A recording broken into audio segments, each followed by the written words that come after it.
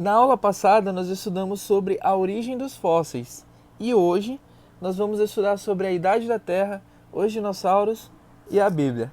Vamos lá. Qual é a idade da Terra? Como é que eu posso saber qual é a idade da Terra? Para a gente falar da idade da Terra, a gente vai ter que falar um pouquinho sobre as rochas, tá? As rochas, elas são formadas por átomos e no seu interior elas possuem átomos radioativos. O que é radioativo? O que é radiação?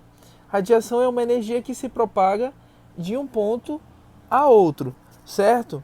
Então olha só, a idade das rochas, elas são calculadas a partir da medição das relações entre o elemento original e os produtos formados por ele. Mas para que esses cálculos eles sejam precisos, é necessário que o material que é analisado ali das rochas, ele não tenha sofrido interferências externas. Ou seja, o sistema ele tem que ser ali totalmente fechado, uma vez que pequenas perdas ou ganhos do elemento radioativo alteram o resultado medido. Então, como é que se faz a datação dessas rochas? Os geólogos e os paleontólogos naturalistas, eles partem da ideia de que quanto mais profundo é o local, né, onde o fóssil é encontrado, mais antigo esse material é. Então eles costumam datar as rochas por esse material, né, chamado carbono 14. Como o limite máximo dessa detecção do carbono 14 em uma amostra ele varia de 50 a 60 mil anos, esse método ele acaba se tornando inviável para a determinação da idade de fósseis anteriores a esse período, né? Por isso, outros elementos químicos radioativos encontrados nas rochas ígneas eles são utilizados para datar fósseis considerados muito antigos. Então, assim, considerando esse ciclo das rochas, visto que as rochas elas se renovam, né, elas sofrem alteração ali do clima, né, é impossível datá-las com precisão, certo? E quando a gente fala de dinossauro e a Bíblia, lá no livro de Jó, no capítulo 40, nos versos 15 a 26, nós encontramos uma descrição de um animal, né, imenso, espantoso, que ele vivia ali nos pântanos, e fala que a cauda desse animal era tão grossa e forte como uma árvore conhecida por cedro, tá? Certamente você já ouviu a respeito desses animais, né? Pois é, eles mesmos são os dinossauros, tá? Mas como é que eu posso encontrar os dinossauros na Bíblia, sendo que eu não encontro, né, nenhuma palavra que seja relacionado a esses animais grandes, espantosos, que a gente conhece aí nos filmes como Jurassic World, Jurassic Park, né? Muito bem, essa palavra dinossauro, ela não aparece na Bíblia porque ela foi criada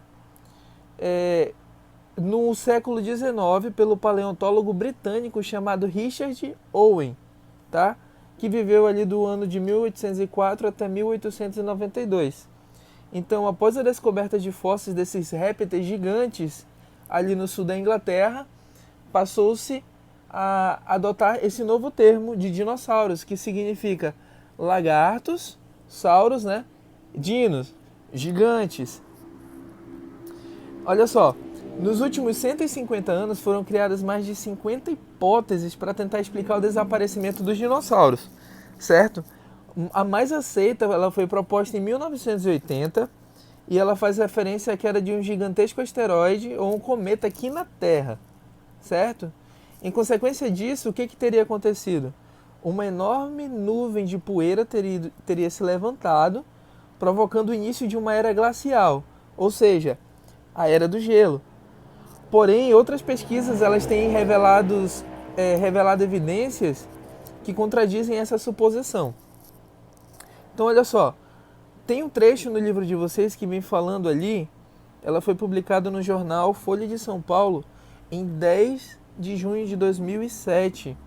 E fala o seguinte, que vários outros fósseis de animais, eles parecem confirmar a ideia que resultam de uma morte repentina. certo? Ou seja, esses animais eles acabaram sendo soterrados. Eles foram soterrados de uma maneira muito rápida. Eles foram sepultados com muita lama, certo? Aqui fala também que há peixes que foram soterrados no momento em que engoliam ali as suas presas.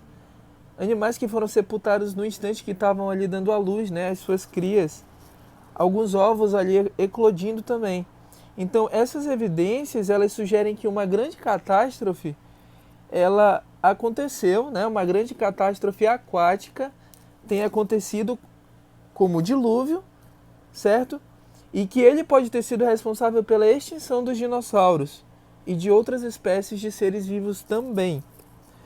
Ou seja, as rochas, os fósseis, o carvão, o petróleo e os sedimentos marinhos, né, nos continentes que a gente pode encontrar, e a existência de relatos, né, em diferentes culturas a respeito de uma grande devastação global, de uma grande inundação, são constatações de que no passado o mundo ele foi resetado, ou seja, ele foi reiniciado por conta da maldade humana, certo?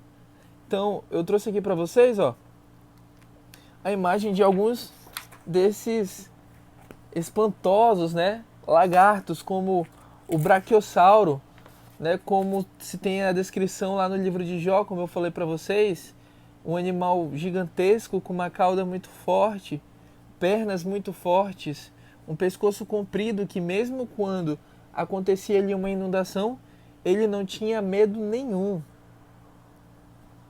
Nós temos aqui o Triceratops. Por que ele recebe esse nome?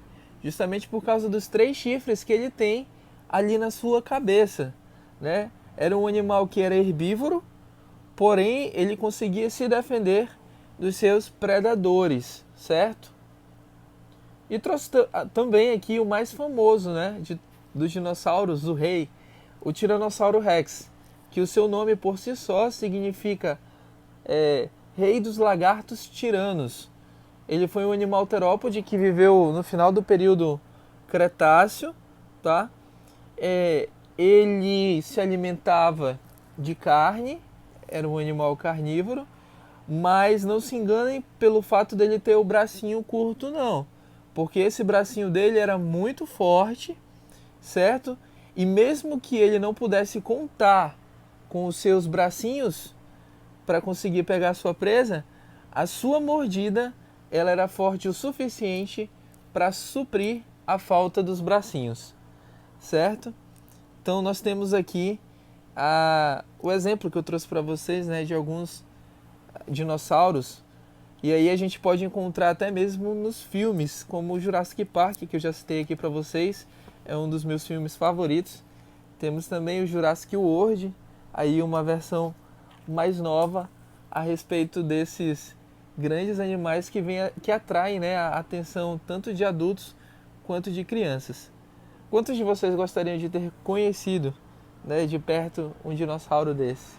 E é importante deixar bem claro que, de acordo com a visão criacionista, Deus ele criou também os dinossauros como qualquer outro animal que possa existir na natureza hoje. Essa foi a nossa aula de hoje e a gente se encontra na nossa próxima aula. Tchau, tchau!